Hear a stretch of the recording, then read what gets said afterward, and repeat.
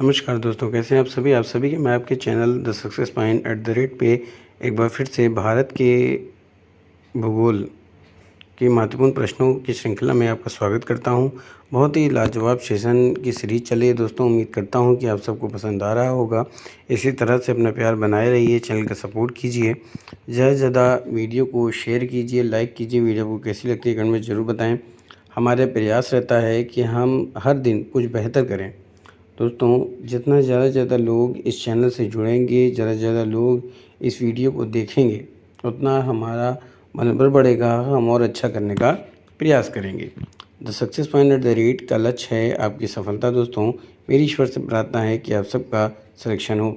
जैसे बूंद बूंद से सागर बढ़ता है, ठीक उसी तरह से आप अभी से जुड़ जाइए। आप यकीन मानिए, the success point at the rate channel से अगर आप जुड़ते हैं तो आपको बहुत कुछ सीखने को मिलेगा। ये एक ऐसा प्लेटफॉर्म है जो आपको ऐसे महत्वपूर्ण प्रश्न की सीरीज़ देता है और ऐसे महत्वपूर्ण टॉपिकों को डिस्कशन करता है, जिससे आप अपने लक्ष्य को जल्द से जल्द हासिल कर सकते हैं। तो चैनल को सब्सक्राइब कीजिए, बेल आइकन ऑन कीजिए ताकि नोटिफिकेशन मिलती रहे। लाइक कीजिए, कमेंट कीजिए वीडियो को कैसी लगती है। साथ में दोस्तों, कमेंट में उत्तर देने का प्रयास भी किया करें कि किस तरह से उत्तर इसका आएगा, कौन सा ऑप्शन सही होगा। दोस्तों, जितना ज़्यादा से ज़्यादा आप प्रश्नों को लगाएंगे, उतना ज़्यादा से ज़्यादा आप मजबूत होते जाएंगे और अपना लक्ष्य को हासिल करने के करीब पहुंचते जाएंगे। दोस्तों, जितनी जल्दी आप प्रश्नों को लगाएंगे, जितने ज़्यादा प्रश्नों को आप लगा पाएंगे, उससे आपकी प्रैक्टिस मजबूत होगी और आप एग्ज़ाम हॉल में ज़्यादा से ज़्यादा प्रश्नों को कम टाइम में लगाने में सफल होंगे। चलिए शुरू करते हैं, देखते हैं आज का प्रश्न क्या कह रहा है। तो आज का पहला प्रश्न है दोस्तों कि मुंबई के थाने क्रीक अभयारण्य का कौन सा भाग मैंग्रोव आवरण के अंतर्गत है। बस में दोस्तों, मुंबई के जो थाने क्रीक अभयारण्य है उसका कौन सा भाग है जो मैंग्रोव आवरण के अंतर्गत आता है। पहला ऑप्शन है पूर्वी, दूसरा पश्चिमी, तीसरा ऑप्शन है उत्तरी और चौथा है पश्चिमी। फटाफट से उत्तर दीजिए दोस्तों कि मुंबई के थाने क्रीक अभयारण्य का कौन सा ऐसा भाग है जो मैंग्रोव आवरण के अंतर्गत आता है।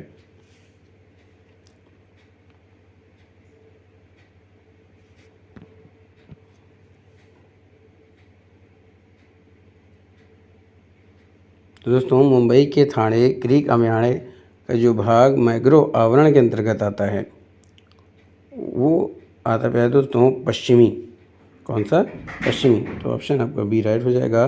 B is the right answer for this question. अगले प्रश्न की तरफ चलते हैं।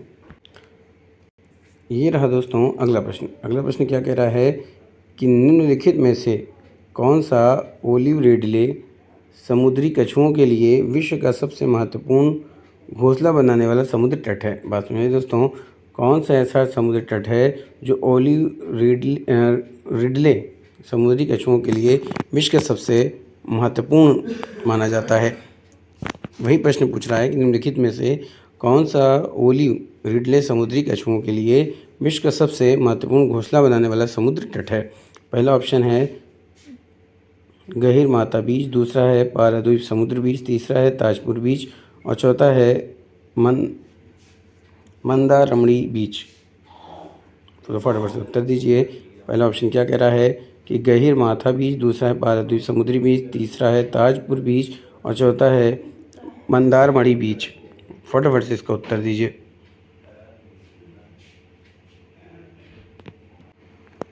तो दोस्तों, जो ओलिव रिडले समुद्री कछुओं के लिए विश्व का सबसे महत्वपूर्ण घोंसला बनाने वाला समुद्र तट माना जाता है वो है, क्या होगा दोस्तों, वो है आपका गहीर माथा बीच। तो ऑप्शन आपका ए राइट हो जाएगा। A is the right answer for this question. अगले प्रश्न की तरफ चलते हैं। बस में दोस्तों, तो इसका उत्तर क्या होगा? गहीर माथा बीच। तो ऑप्शन आपका ए राइट हो जाएगा। A is the right answer for this question. अगले प्रश्न की तरफ चलते हैं। अगला प्रश्न है दोस्तों कि उड़ीसा के निम्नलिखित में से किस समुद्र तट पर प्रसिद्ध रेत कलाकार सुदर्शन पटनायक की रेत कला प्रदर्शनी आयोजित होती है। बस समझिए दोस्तों, उड़ीसा के किस समुद्र तट पर प्रसिद्ध रेत कलाकार सुदर्शन पटनायक की रेत कला प्रदर्शनी आयोजित होती है। पहला जो ऑप्शन है वो है तलसारी बीच, दूसरा है दगारा बीच, तीसरा है गहिरमाथा बीच और चौथा है पुरी बीच। बस समझ में आई दोस्तों। पहला ऑप्शन क्या कह रहा है कि तलसारी बीच, दूसरा है दगारा बीच, तीसरा है गहिरमाथा बीच और चौथा है पुरी बीच। फटाफट से इसका उत्तर दीजिए।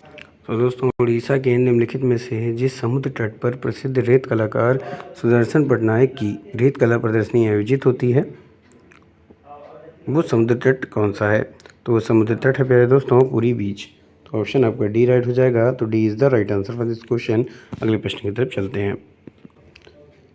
अगला प्रश्न कह रहा है दोस्तों कि कच्छ और काठियावाड़ प्रायद्वीप निम्नलिखित में से किस खाड़ी द्वारा एक दूसरे से अलग होते हैं? बात समझिए दोस्तों, उस खाड़ी का नाम क्या है जिससे कच्छ और काठियावाड़ प्रायद्वीप एक दूसरे से अलग होते हैं? आपको ऑप्शन है कच्छ की खाड़ी, दूसरा है खंबात की खाड़ी, तीसरा मन्नार की खाड़ी और चौथा है अदन की खाड़ी। तो कच्छ और काठियावाड़ प्रायद्वीप निम्नलिखित में से किस खाड़ी के द्वारा एक दूसरे से अलग होते हैं? बहुत ही अच्छा प्रश्न है दोस्तों। अगर बात की जाए कच्छ और काठियावाड़ प्रायद्वीप की कि किस खाड़ी द्वारा एक दूसरे से अलग होते हैं, तो इसका जो उत्तर होगा वो होगा कच्छ की खाड़ी। तो ऑप्शन ए पे दे रहा है, तो A is the right answer for this question. अगले प्रश्न की तरफ चलते हैं। तो प्रश्न क्या है दोस्तों? अगला प्रश्न है कि निम्नलिखित में से कौन सी नदी है जो लूनी नदी की सहायक नदी नहीं है? प्रश्न है दोस्तों, निम्नलिखित में से ऐसी कौन सी नदी है जो लूनी नदी की सहायक नदी नहीं है? पहला ऑप्शन है सुकरी, दूसरा है जवाई, तीसरा है बनास और चौथा है खारी। फटाफट से इसका उत्तर दीजिए। निम्नलिखित में से कौन सी नदी है जो लूनी नदी की सहायक नदी नहीं है? तो दोस्तों, निम्नलिखित में से जो नदी लूनी नदी की सहायक नदी नहीं है वो है बनास नदी। तो ऑप्शन आपका सी राइट हो जाएगा। C is the right answer for this question. बाकी लूनी नदी की सहायक नदी जैसे कि सुकरी हो गई, जवाई हो गई, खारी नदी, ये सब किसकी है? लूनी नदी की सहायक नदी है। आगे चलते हैं। अगला प्रश्न क्या कह रहा है कि भारत म्यांमार मैत्री मार्ग भारत के निम्नलिखित राज्यों में से किसको म्यांमार से जोड़ता है? बस में दोस्तों, भारत म्यांमार मैत्री मार्ग जो है वो भारत के किन राज्यों को म्यांमार से जोड़ता है? पहला ऑप्शन है असम, दूसरा है मणिपुर, तीसरा मेघालय, चौथा है नागालैंड। बस में दोस्तों, बहुत ही इम्पोर्टेंट प्रश्न है ये और बहुत ही अच्छा प्रश्न है कि भारत म्यांमार मैत्री मार्ग भारत के निम्नलिखित राज्यों में से किसको म्यांमार से जोड़ता है? ऑप्शन क्या है? असम, मणिपुर, मेघालय, नागालैंड।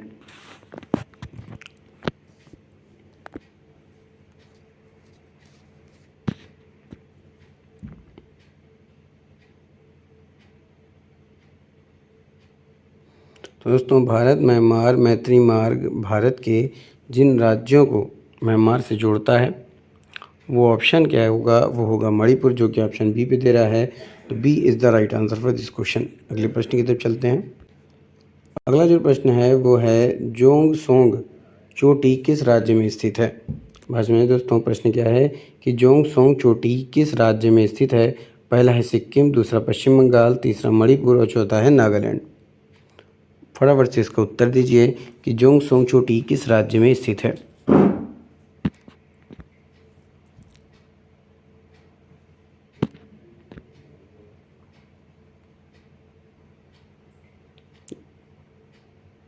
अगर आप ऑनलाइन प्रश्नों को देखना चाहते हैं या इम्पोर्टेंट एमसीक्यू क्वेश्चन को देखना चाहते हैं तो आप प्लेलिस्ट में जाकर के देख सकते हैं। हर सब्जेक्ट का अलग प्लेलिस्ट बनाई गई है। हर सब्जेक्ट के महत्वपूर्ण टॉपिकों का डिस्कशन किया गया है, फिर उससे रिलेटेड कुछ एमसीक्यू क्वेश्चन को भी देखा गया है। अगर आप यूपीएससी की तैयारी करते हैं, यूपीपीएससी की तैयारी करते हैं या अदर किसी कॉम्पिटिटिव एग्ज़ाम की तैयारी करते हैं तो उसके लिए भी ये प्लेटफॉर्म आपको बेहतर साबित होगा दोस्तों, आपके लिए लाभदायक होगा। तो चैनल से खुद भी जुड़िए और ज़्यादा से ज़्यादा लोगों को जोड़ने का प्रयास करें। तो जोंगसोंग चोटी किस राज्य में स्थित है? तो ये स्थित है सिक्किम राज्य में। तो ऑप्शन आपका ए राइट हो जाएगा। तो A is the right answer for this question. अगले प्रश्न की तरफ चलते हैं। अगला प्रश्न है कि निम्नलिखित में से कौन सा भारत में उत्पादन शुरू करने वाला पहला डीप वाटर ब्लॉक था? बस में है दोस्तों, निम्नलिखित में से कौन सा भारत में उत्पादन शुरू करने वाला पहला डीप वाटर ब्लॉक था? ऑप्शन क्या है? कृष्णा गोदावरी D6, दूसरा ऑप्शन है महानदी गहरे पानी का ब्लॉक NEC TWUN 2002/1, तीसरा ऑप्शन है SB11 और डी ऑप्शन है KG DWUN 2005। 1/2। फटाफट से उत्तर दीजिए कि निम्नलिखित में से भारत में उत्पादन शुरू करने वाला पहला डीप वाटर ब्लॉक था।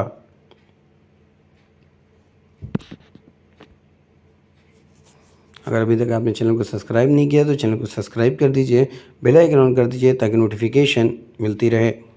वीडियो को शेयर कीजिए, लाइक कीजिए, कमेंट में उत्तर ज़रूर करें, उत्तर भी दीजिए, साथ में ये भी बताइए कि वीडियो आपको कैसी लगती है। तो दोस्तों, भारत में उत्पादन शुरू करने वाला पहला डीप वाटर ब्लॉक कौन सा था?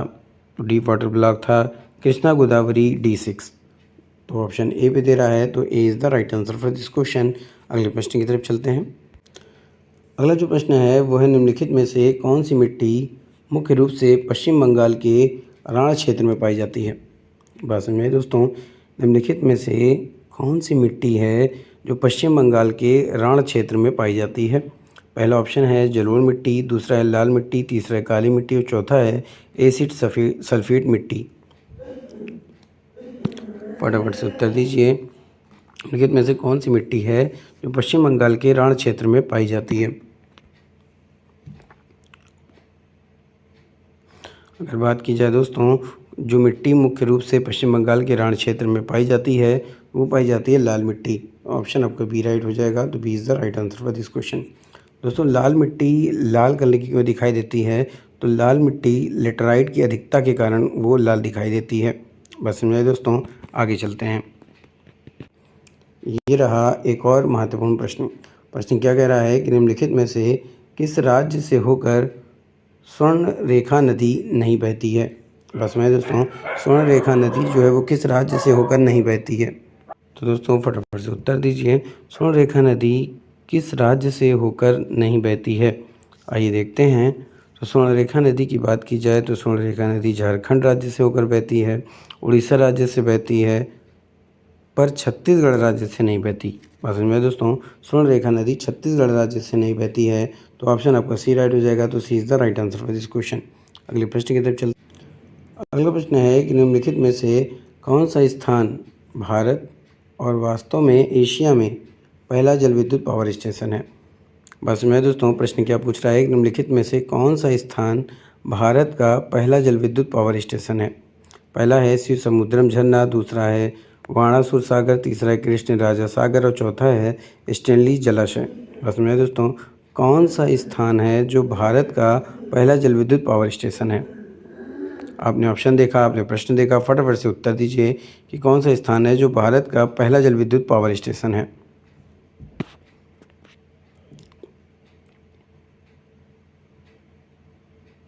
तो दोस्तों, भारत का पहला जल विद्युत पावर स्टेशन सिवाना समुद्री झरना है। कौन सा है? सिवाना समुद्री झरना। बस में दोस्तों, ऑप्शन आपका क्या था कि सिवाना समुद्री झरना, दूसरा था बाणासुर सागर, तीसरा कृष्ण राजा सागर और चौथा था स्टेनली जलाशय। तो आपका सही उत्तर होगा सिवाना समुद्री झरना, जो कि ऑप्शन ए पे दे रहा है, तो A is the right answer for this question. अगले प्रश्न की तरफ चलते हैं। अगला प्रश्न है दोस्तों, शोर मंदिर किस राज्य में स्थित है? शोर मंदिर किस राज्य में स्थित है? पहला ऑप्शन है केरल, दूसरा उड़ीसा, तीसरा असम और चौथा है तमिलनाडु। शोर मंदिर किस राज्य में स्थित है?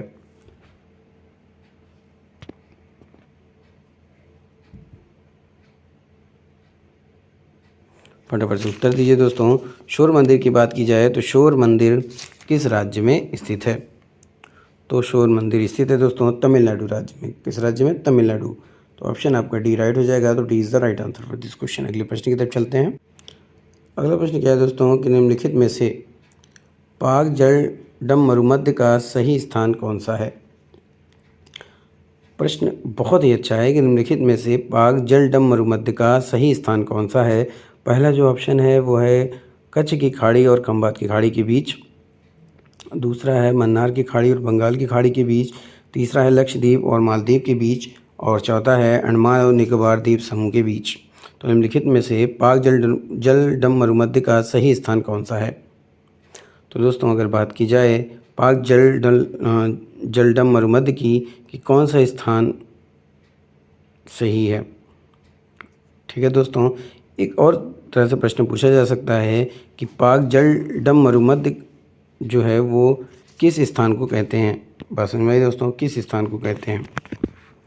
तो भाई दोस्तों बात की जाए पाक जल डम मरुमध्य की, तो इसका जो उत्तर होगा वो होगा लक्षद्वीप और मालदीव के बीच के स्थान को हम पाक जल डम मरुमध्य कहते हैं। तो ऑप्शन आपका सी राइट। तो ऑप्शन आप माफ़ कीजिएगा दोस्तों, अगर बात की जाए पाक जल डम मरुमध्य का सही स्थान कौन सा है, तो पाक जल डम मरुमध्य का जो स्थान होता है वो होता है मन्नार की खाड़ी और बंगाल की खाड़ी के बीच। माफ़ कीजिएगा, लक्षद्वीप और मालदीव के बीच नहीं होता है। पाक जल डम मरुमध्य का जो सही स्थान है वो होता है मन्नार की खाड़ी और बंगाल की खाड़ी के बीच। तो ऑप्शन आपका बी राइट हो जाएगा। तो बी ऑप्शन राइट हो जाएगा। तो B is the right answer for this question. अगले प्रश्न की तरफ चलते हैं। अगला प्रश्न है कि मुल्ला पेरियार बांध निम्नलिखित में से किन दो राज्यों के बीच लंबे समय से लंबित मुद्दा रहा है? समझ में दोस्तों, मुल्ला पेरियार बांध निम्नलिखित में से किन दो राज्यों के बीच लंबे समय से लंबित मुद्दा रहा है? पहला ऑप्शन है कर्नाटक और केरल, दूसरा है आंध्र प्रदेश और तमिलनाडु, तीसरा है कर्नाटक और तमिलनाडु, और चौथा है तमिलनाडु और केरल।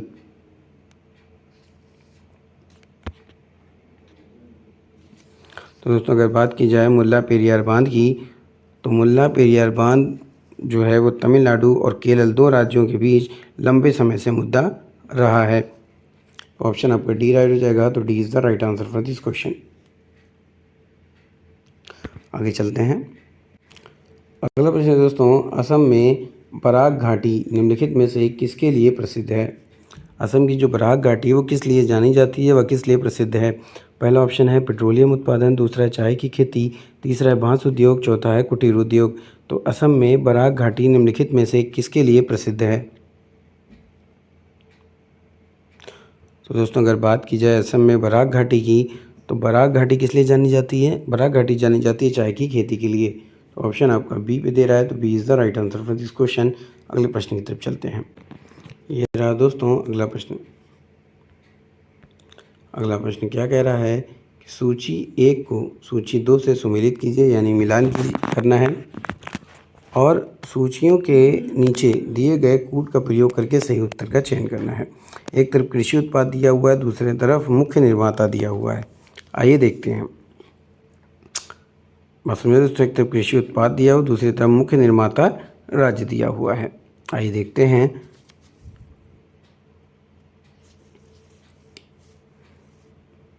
तो फटाफट से उत्तर दिए दोस्तों।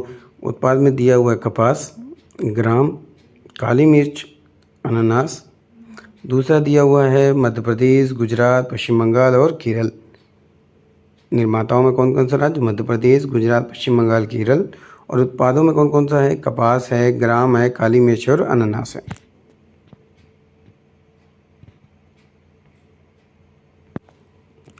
दोस्तों सूची 1 सूची 2 को सम्मिलित करना है और सूची को देखते हुए कूट का प्रयोग करना है। कपास, तो कपास दोस्तों कहाँ होता है? गुजरात में।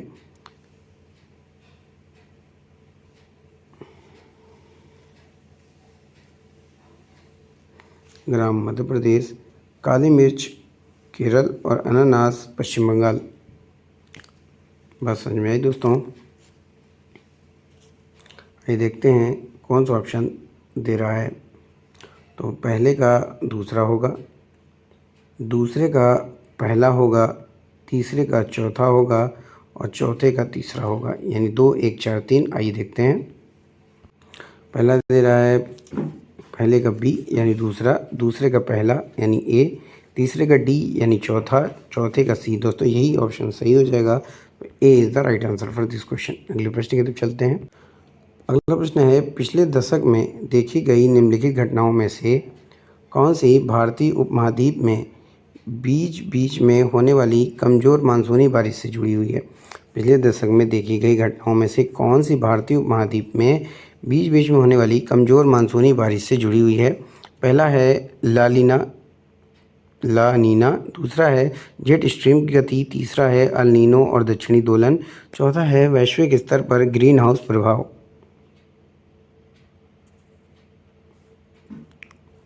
तो दोस्तों पिछले दशक में देखी गई निम्नलिखित घटनाओं में से जो भारतीय उपमहाद्वीप में बीच बीच में होने वाली कमज़ोर मानसूनी बारिश से जुड़ी हुई है वो है प्यारे दोस्तों जेट स्ट्रीम की गति। ऑप्शन आपका बी राइट हो जाएगा। तो B is the right answer for this question. अगले प्रश्न की तरफ चलते हैं। अगला प्रश्न है कि उत्तर से दक्षिण की ओर निम्नलिखित में से कौन सा भारत में दी गई नदियों का सही क्रम है। उत्तर से दक्षिण की बात की जा रही है, निम्नलिखित में से कौन सा भारत में दी गई नदियों का सही क्रम है। अगर हम उत्तर से दक्षिण की तरफ चलते हैं तो पहले श्योक पड़ता है, फिर जास्कर, फिर स्पीति और फिर सतलज, जो कि बी ऑप्शन पे दे रहा है। तो B is the right answer for this question. अगले प्रश्न की तरफ चलें। अगला प्रश्न है कि इंदिरा पॉइंट का पूर्व नाम निम्नलिखित में से क्या था। यानी इंदिरा पॉइंट का पहला यानी सबसे पहले उसका पूर्व नाम, इंदिरा पॉइंट का पूर्व नाम निम्नलिखित में से क्या था। पहला है पिग्मेनियन पॉइंट, दूसरा था केप केमोरिन और सी ऑप्शन है क्रीक पॉइंट, चौथा है गुहार मोती।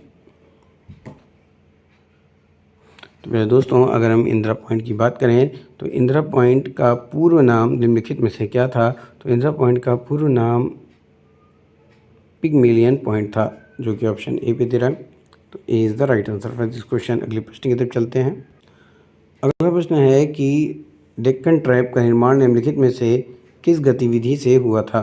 बस समझे दोस्तों, डेक्कन ट्रैप का निर्माण निम्नलिखित में से किस गतिविधि से हुआ था। तो पहला है धारवाड़ ज्वालामुखी, दूसरा है पैलियोजोइक ज्वालामुखी, तीसरा है मेसोजोइक ज्वालामुखी और चौथा है क्रेटेशियस ज्वालामुखी। तो फटाफट से उत्तर दीजिए कि डेक्कन ट्रैप का निर्माण निम्नलिखित में से किस गतिविधि से हुआ था।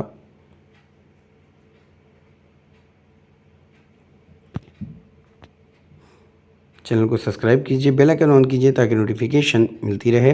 वीडियो को शेयर करते रहिए। तो डेक्कन ट्रैप का निर्माण निम्नलिखित में से किस गतिविधि से हुआ था। तो डेक्कन ट्रैप का निर्माण जिस गतिविधि से हुआ था वो था क्रेटेशियस ज्वालामुखी। तो ऑप्शन आपका डी राइट हो जाएगा। तो D is the right answer for this question. अगले प्रश्न की तरफ चलते हैं। पहले दोस्तों, अगला जो प्रश्न है वो है निम्नलिखित में से नर्मदा घाटी की विशेषता क्या है। पहला है हिमनदी उत्पत्ति, दूसरा है एओलियन उत्पत्ति, तीसरा है संरचनात्मक उत्पत्ति, चौथा है ज्वालामुखी उत्पत्ति। तो दोस्तों, नर्मदा घाटी की विशेषता की बात करें तो नर्मदा घाटी की विशेषता है संरचनात्मक उत्पत्ति। तो ऑप्शन आपका सी राइट हो जाएगा। तो C is the right answer for this question. अगले प्रश्न की तरफ चलते हैं। अगला प्रश्न कह रहा है कि भारत के निम्नलिखित ज्वालामुखी द्वीपों को उत्तर से दक्षिण तक व्यवस्थित कीजिए। पहला है बैरन द्वीप, दूसरा है बारा टांग द्वीप, तीसरा है नारकोंडम द्वीप और नीचे दिए गए कूट से सही विकल्प का चयन करना है। उत्तर से दक्षिण चलना है और उसका क्रम बताना है।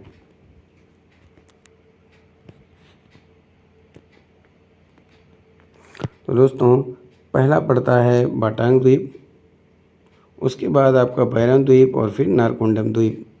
दूसरा, पहला, तीसरा ये देखते हैं किस ऑप्शन पे दे रहा है। आइए दोस्तों, एक बार फिर से गौर से देखते हैं कि भारत के निम्नलिखित ज्वालामुखी द्वीपों को उत्तर से दक्षिण तक व्यवस्थित करना है। बैरन द्वीप, बाराटांग द्वीप और नारकोंडम द्वीप। तो पहले दोस्तों, नारकोंडम द्वीप सबसे पहले है। नारकोंडम द्वीप के बाद आपका आता है बैरन द्वीप और बैरन द्वीप के बाद आता है बाराटांग द्वीप। तो आपका होगा 3, 2 और 3, 1, 2, माफ़ कीजिएगा, क्या होगा 3, 1, 2, 3, 1, 2। ये आपका सही होगा दोस्तों कि भारत के निम्नलिखित ज्वालामुखी द्वीपों को उत्तर से दक्षिण तक व्यवस्थित कीजिए। तो पहला नारकोंडम, उसके बाद बैरन, उसके बाद बाराटांग द्वीप। आइए देखते हैं कौन से ऑप्शन पे दे रहा है। दोस्तों, ये ऑप्शन बी पे दे रहा है। तो B is the right answer for this question. अगले प्रश्न की तरफ चलते हैं। प्रश्न है कि हिमालय की चोटी और उनके राज्यों का निम्नलिखित में से कौन सा सही मिलान है। हिमालय की चोटी और उनके राज्य का सही मिलान कौन सा है। नीचे दिए गए कूट से सही विकल्प का चयन भी करना है। तो पहला जो है वो क्या कह रहा है कि गाढ़वी नास्टिन यानी K2 जम्मू कश्मीर, दूसरा है नंदा देवी उत्तराखंड, तीसरा है कंचनजंगा सिक्किम, चौथा है तारा पहाड़ हिमाचल प्रदेश। निम्नलिखित में से कौन सा मिलान सही है।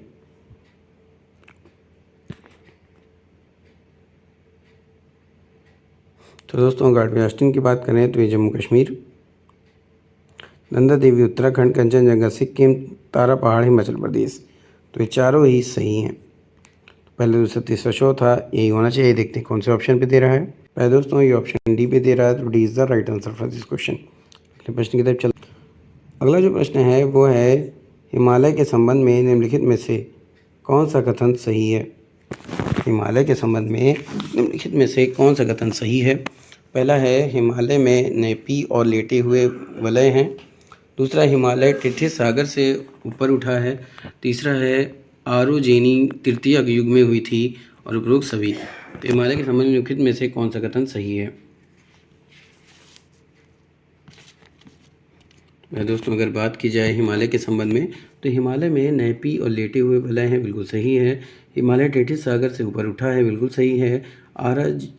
आरोजेनी तृतीय युग में हुई थी, बिल्कुल सही है। तो इस हिसाब से उपरोक्त सभी होगा, तो ऑप्शन आपका डी राइट हो जाएगा। तो D is the right answer for this question. अगले प्रश्न की तरफ चल। अगला जो प्रश्न है वो है निम्नलिखित में से कौन से हिल स्टेशन हिमाचल प्रदेश राज्य में स्थित है? पहला है चैल, दूसरा डलहौजी, तीसरा मालमपुर और कुल्लू। तो दोस्तों, चैल, डलहौजी, मालमपुर और कुल्लू ये चारों ही हिमाचल प्रदेश राज्य में स्थित हैं। तो ऑप्शन आपका डी राइट हो जाएगा। पहला, दूसरा, तीसरा और चौथा। आइए देखते हैं क्या ये डी पे दे रहा है या कौन से ऑप्शन पे दे रहा है। जी हाँ दोस्तों, ये ऑप्शन डी पे दे रहा है, तो D is the right answer for this question. अगले प्रश्न की तरफ चल। अगला प्रश्न दोस्तों कि निम्नलिखित में से द्वीपों और उनके स्थान का कौन सा मिलान सही है? पहला है एलिफेंटा द्वीप मुंबई में है, सेंट मैरी द्वीप कर्नाटक में है, धर्मदम द्वीप केरल में है, पीरम द्वीप गुजरात में है। तो नीचे दिए गए कोड का सही उत्तर चुनना है। दोस्तों, एलिफेंटा द्वीप की बात करें तो मुंबई में है, सेंट मैरी द्वीप कर्नाटक में है, धर्मदम द्वीप केरल में है, पीरम द्वीप गुजरात। तो चार ऑप्शन आपका सही होगा। तो आइए देखते हैं कौन से ऑप्शन पे दे रहा है। जी हाँ, ये ऑप्शन डी पे दे रहा है, तो D is the right answer for this question. अगले प्रश्न की तरफ चलते। अगला जो प्रश्न है वो भारत के निम्नलिखित में से किस राज्य में मैंग्रोव आवरण में अधिकतम वृद्धि देखी गई है? पहला गुजरात, दूसरा पश्चिम बंगाल, तीसरा आंध्र प्रदेश, चौथा उड़ीसा। तो भारत के निम्नलिखित किस राज्य में मैंग्रोव आवरण अधिकतम वृद्धि देखी गई है? तो इसका जो उत्तर होगा दोस्तों वो देखा गया है गुजरात में। तो ऑप्शन आपका ए राइट हो जाएगा। तो A is the right answer for this question. अगले प्रश्न की तरफ चलते हैं। अगला जो प्रश्न है वो भारत का निम्नलिखित में से कौन सा तट है जो कृष्णा डेल्टा और केप कोमोरिन के बीच स्थित है? तो दोस्तों, अगर बात की जाए भारत के निम्नलिखित में से कौन सा तट है जो कृष्णा डेल्टा और केप कोमोरिन के बीच में स्थित है, तो वो है कोरोमंडल तट। तो ऑप्शन आपका ए राइट हो जाएगा। तो A is the right answer for this question. अगले प्रश्न की तरफ चलते हैं। अगला प्रश्न है कि भारत के पश्चिमी तट पर निम्नलिखित समुद्री तटों को उत्तर से दक्षिण तक व्यवस्थित करना है।